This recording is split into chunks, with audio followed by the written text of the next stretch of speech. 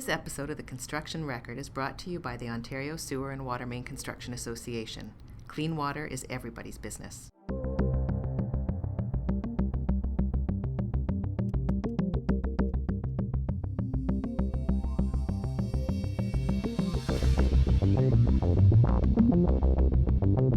Hello everyone and welcome to episode 61 of the Construction Record podcast. This is Vince Versace, National Managing Editor of the Daily Commercial News and Journal of Commerce, joining you today. So for episode 61, I'm going to talk about some of the topical stories we've been covering here at the Daily Commercial News since we last spoke. One in particular that's interesting is about a welder, Nicole LeClair, who's now a professor, who actually created her own bursary, the Nicole LeClair Welding Bursary. It's an initiative by Nicole to give back to the skilled trade which has given her so much. We had a story written about this. It's by Angela Gismondi. You can find it on our website at dcnonl.com. I found this story interesting because we do come across initiatives like this. We know there are companies and associations and unions that give back to the industry, but it's always interesting when individuals take the time to not just put in the time, but also the money to give back somehow, some way. And Nicole, she's a welder fitter, a welding engineer technologist, a level 1 visual welding inspector. She's Red Seal certified.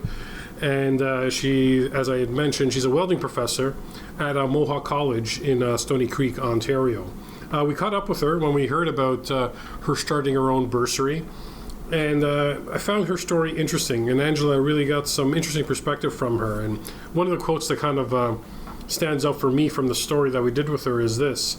I don't have kids myself, and I wanted some sort of legacy that I could leave behind for my trade, that I feel passionately about, and also to encourage other people to get into the trade.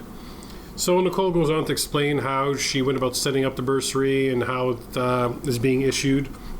And the first recipient of the bursary is a Lyndon Hensard. He's an 18-year-old from Kenora, Ontario. He'll be taking the welding techniques program at Confederation College in Thunder Bay. And Nicole said it was tough to pick one person, but she really enjoyed the one-on-one process with the prospective recipients. And in the end, she narrowed down on Lyndon. If you want to learn more about that, please visit our website and have a read. Another story which I found interesting was about the restoration of the CAMH walls here in Toronto. Those of you that may not be familiar with Toronto, CAMH is the Centre for Addiction and Mental Health facility on Queen Street in Toronto. It used to be known as the Provincial Lunatic Asylum of Toronto when it was first established over 150 years ago. And part of the legacy, somewhat dark legacy, of those particular walls that were constructed around the facility, especially at the time when it wasn't asylum, was the walls were built by the patients. It was part of a program that was initiated there to kind of help the patients in their rehab, keep them busy. Though the intentions were honorable, as our writer Peter Kenter found in diving into the story, he wrote, however, those honorable intentions soon gave way to unpleasant realities, such as overcrowding, unhealthy conditions, and abuse of patients. The therapeutic program designed to provide meaningful vocational tasks for patients turned into instead a program that cut operating costs for the institution by forcing them to perform a wide variety of unpaid labor. The construction of the brick and mortar walls that surround the facility were part of that program. The inscriptions by patients over the last 150 years can still be found on the faces of those walls and bricks and stones. Having grown up in Toronto, I can tell you it was always an interesting part of that those grounds to see those walls. And yes, you can actually see some of those inscriptions. So our story kind of dives into how those walls are being restored and rehabbed for the future by Clifford Restoration Limited. Part of the Clifford's work involves the removal of a small portion of the northeast wall to allow greater roadway access into the grounds. But also we dive into how they go about preserving the stones, mapping them out, and ensuring that once they get put back together in their walls, they can last for the foreseeable future. So you can find that story as well on our DCN website. A third story, also a construction materials story, has to do with Shotcrete. We talked to some users of Shotcrete, and a lot of them were saying that the time is now. The time is here to start using Shotcrete on construction projects. Grant Cameron, one of our freelancers, wrote this piece, and he starts off the story by saying that though Shotcrete has been around for more than 100 years, it's just now starting to pick up steam in the industry as contractors embrace it to build everything from dams, bridges, and underground subway stations. Even the luge and bobsleigh track for the 2022 Winter Olympics in China is going to be made of Shotcrete. So if you want to learn a bit more about Shotcrete, definitely visit our website at dcnonl.com and look up that story. I'll finish off this news segment from the Markham office before I throw it to Burnaby by mentioning an initiative that we've had underway through both our newspapers, the Daily Commercial News and the Journal of Commerce. And this particular initiative was our Women in Construction feature series. We ran features in both our papers, close to a dozen stories we collected from the industry about women doing some amazing things and contributing not just to the industry but to their companies and to the overall movement of increasing the women labor force represented in construction. We take these stories seriously here at the DCN and JOC, like we take every other story seriously, of course. But for us, we see the creation of the features and writing about these stories and the women involved in the industry, not just in the features, but throughout the year. We have other stories as well. We look at it as a way for us to participate and also help move the conversation about increasing the participation of women in construction, improving equality in the workplace, and overcoming stereotypes. So when we created those features, they came out just a couple of months ago. They really, I would have to say, kind of went viral throughout the industry. A lot of pickup, a lot of good feedback. This is the fourth year in a row now we've been doing these particular features. We decided we still wanted to stay on the idea of sharing these accomplishments, these insights, and these stories that we collected. So over the last few weeks, we created something called the Her Construction Story series, in which we took 5 out of the close to 12 stories we created and gave them a second life, reposting them, giving them a different type of graphical treatment, and sharing them with readers and the industry who may have missed the features before. And the uptick in the feedback we've gotten through that Her Construction Story series has only been more encouraging for us to see that, we're on the right track in trying to put out this message and share these stories and accomplishments. And we have kind of a summary of the Her Construction Story series coming out on both the DCN and JOC websites. And we encourage our readers, if you come across them, take the time to read some of these stories. We are talking about some amazing contributors to the construction industry across Canada. And the stories, what I appreciated about the stories that we collected was that they're not just stories about women on the tools or just women in the boardroom. It's a cross-section of women that are participating in the industry, from the educational point of view, the training point of view, whether it's administrative, or actually women on the tools who maybe changed their career path halfway through, or simply women that have just fallen into the trade, not because they just chose to fall into it, is because it was a family tradition and they decided to carry it on. So I encourage our readers to go to our websites, give these stories a read, provide us with your feedback, and also provide us with your own story leads. If there's a woman you think that's doing something fabulous in construction, let us know. If there's a program that's underway, let us know. Each year we gear our feature to different segments of women in construction. One year we focused completely on associations and groups active in the industry. One year we did focus strictly on women on the tools in the industry. And this year we decided to kind of branch it out and look at more, the administrative support network of women in construction. So with that, I'll throw to Warren and Russ in the Burnaby office. Thank you.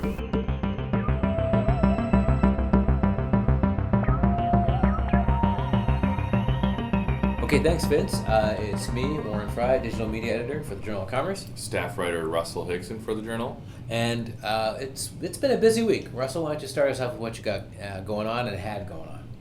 Well, we have some news from the 2020 budget consultation. It appears like they're going to recommend prompt payment legislation for BC. Mm-hmm. They heard from the Electrical Contractors Association and I believe the BC Construction Association, which advocated strongly for developing prompt payment, and they talked a lot about how it affects their members when they don't get paid promptly. And I know other parts of Canada are moving that direction as well. It was huge in Ontario. Like, it was a big deal that they finally got this through. It took them a long time, but from what I can tell, pretty much everybody was happy with the result, in the industry anyway. Yeah, so I think that seems to be starting to happen in BC as well. I mean, obviously, there's been various people in the industry who've been talking about this and advocating for this for years and years and years. Same as Ontario, yeah. Yeah, but it looks like they're going to formally present it to government officials and recommend that they move in this direction. So that's going to be interesting. On a bit of a smaller scale, in the city of Winnipeg, a working group that was struck to kind of modernize and revamp their road construction program just finished up and has submitted their report. And from what I've heard, it would make it, if all the recommendations are accepted, it would make it one of the most progressive road building programs in the country. Mm-hmm. So it'd be pretty interesting. And some of those changes include kind of giving adequate time before the planning process, involving people in the process to prevent problems later on. One of the big things that people were advocating for was 24-hour construction, which they determined to be, in most cases, dangerous and unnecessary. They would also do QBS, quality based selection, and a few other things. So we'll see which recommendations are accepted and which aren't. Who knows? That should be next month. But I know the Manitoba Heavy Construction Association, which was part of the working group, is very excited about this. And I talked to Chris Lawrence there, and he hopes they do all the recommendations. So we'll see what happens. Okay, and as for me, you will hear this on Friday, but as of Thursday, a day beforehand, the VRCA released the winners of the Silver Awards for their Awards of Excellence, the 31st Annual Awards of Excellence. The way this works, and it can be a little confusing, is that everybody in a category has a winner of the Silver Award, and then they pick the actual Gold Award in October when they have the big gala. But everybody's a winner in these different categories, and it goes from mechanical contractors up to various amounts of money in the millions. Electrical, general contractors, there's outstanding achievement, there's a life membership award, there's a whole pile of different awards. And we have the story up if you want to check it out. One of the interesting things is I talked to VRCA President Fiona Famluck, and she was saying that the numbers are down a little this year. I think in previous years it's been in over $1 billion. Project value. Project value, values, yeah. But it's down to around $840 this year. And she said that's normal. It's just that we've hit the end of a construction cycle and the beginning of a new one. A bunch of stuff got built last year, so now you're kind of ramping back up again. So it's it's nothing to see here. Not that she put it that way, but it's. Another thing she said that was interesting is that there's a lot more that wood is a trend like always, but it's a trend like always. It's not the showstopper it once was. It's just a thing we all do now, right? Mm-hmm. And she also said they're introducing a new award for sustainability for zero emissions buildings, because they are the hosts of the zero emission building information building here in town, and which is sort of a clearinghouse for zero emission stuff, which Vancouver has said they want to have by 2030. For the city of Vancouver has just overall, and so this is sort of ties into it. Another thing she said is that there's a lot more technology on site now, and a lot of that is in response to the labor crisis or just the fact that there aren't enough people working. So how do you plug those holes? One way is to hire people. Another way is to use technology to sort of streamline things. Yeah. So that's what they're doing. A completely different story that Don Wall did for us is about a stand-up comic called Brittany Lyseng or Lyseng. I don't know if I'm saying her name right, but she's like basically she's a stand-up comic now. But for years she was working in construction and elevators, and I actually completely coincidentally heard a comedy podcast with her before. When surprise, she's funny, where she talked about working on elevators and all the stuff she did and how she draws a whole lot of her material from comedy. And it's kind of surprising this hasn't come up before, because you'd think with an industry this big and with as many unique people in it as the construction industry, you'd have somebody making jokes about it. So she does jokes about working on a job site and stuff? stuff? Yeah, amongst other things. That's where she draws some of it. I wouldn't say all of it, but some of it is definitely all that. Based on those experiences. Yeah, and it's just interesting to go from being, she said she was the first female in Alberta to do this elevator job, and then it's not really a parallel, but comedy has plenty of women comedians. But it's kind of, honestly, the same sort of setup where you're fighting against an established hierarchy. I think it's definitely another industry where it's like, of course, women can make it, but it's definitely a more male-dominated field, and you definitely have to probably work a bit harder. And there's a lot of goalposts in front of you that shouldn't be in the first place, but are because it's been around for so long, and that's kind of the same as construction. So I've found that really interesting and different story. But to get to a more serious topic, Russ, why don't we talk about that flagger that got kidnapped? Well, they didn't get kidnapped. Or almost got kidnapped. I believe there was an attempted kidnapping. Mm-hmm. So in northern BC, there was a flagger working on a project, and like a cube van, some sort of van pulled up, flung the doors open, and tried to abduct a flagger. Yeah, I mean, this is a new one on me. And so the RCMP is obviously looking for this person, and it's just a very disturbing, strange story. Yeah, it's on our site if you want to check it out. Yeah, we have a story up on it right now. And flaggers take enough grief from drivers to begin with, but they're constantly almost getting hit or getting hit. It's a dangerous job. But they shouldn't have to put up with that in the first place. But they really shouldn't have to put up with somebody driving up trying to kidnap them. I know, I've never heard of anything like this, and they tried to shove this poor person in a van, and thankfully they were unsuccessful. Yeah, so please keep an eye out, flaggers, for approaching villains. This is ridiculous. Yes. Okay, on that note, up next, Angela Gismondi has an interview with Jamie McMillan, who's the founder of Kick-Ass Careers, and she's going to talk about the Workplace Equality Awareness Ribbon Campaign, which is launching on September 18th. So take it away, Angela.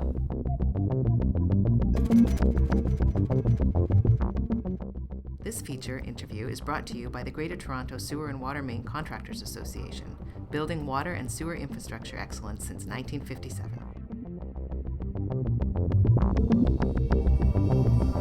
So, what is the purpose? What are you hoping to achieve through this?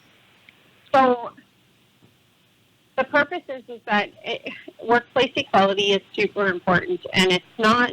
It's at the forefront of all these conversations right now about being treated as equals and being recognized for your ability and not for your gender or sexual preferences or ethnic background. It's just about, being treated for what your ability is and being able to advance. So the importance of the ribbon to us is that for so many industries and so many awareness campaigns, they get recognized as supporting that effort. And so we really want the We Ribbon to be basically a signature of endorsement, as you would say, or a stamp of approval that becomes a recognizable awareness piece that companies can use, say on their websites, or as an awareness piece to show that they are inclusive and diverse employers, that they do practice those things. They take them very seriously. They hire based on ability, and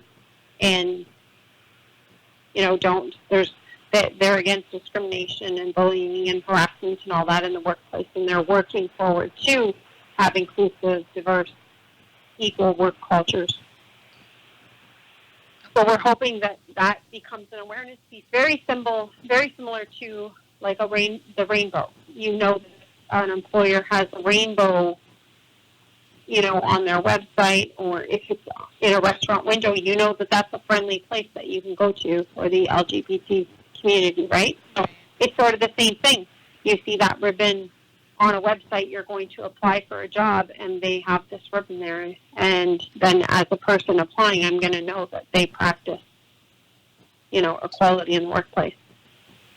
Okay, and as you mentioned before, it's not just gender equality; it's other different types of equality as well.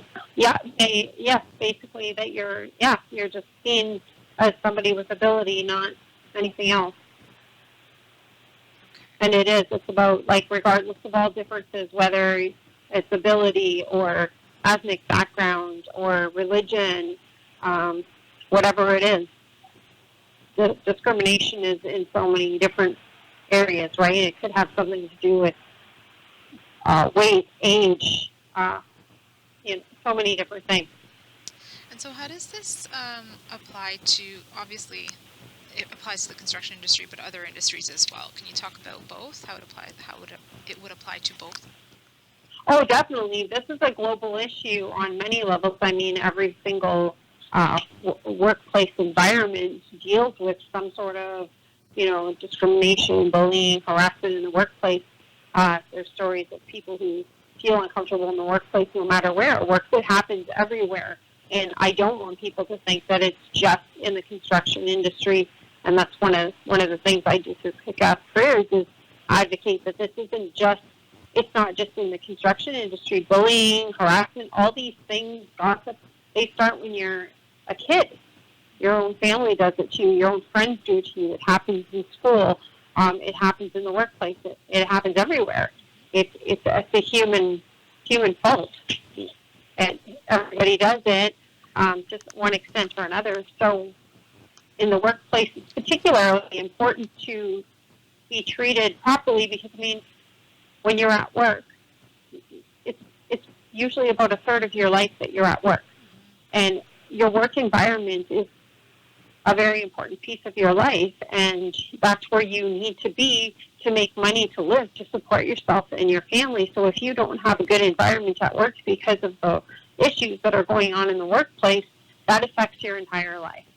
It affects the way you raise your family, how you treat your family, your friends, your sleep, the quality of your life. It affects everything. So work should be a happy place. It should be a place where you go, something that you're passionate about doing, and your contribution to, your employer, society, people, whatever it is you do for your workplace. It should support your lifestyle and how you feel when you go home. You should feel empowered when you leave work.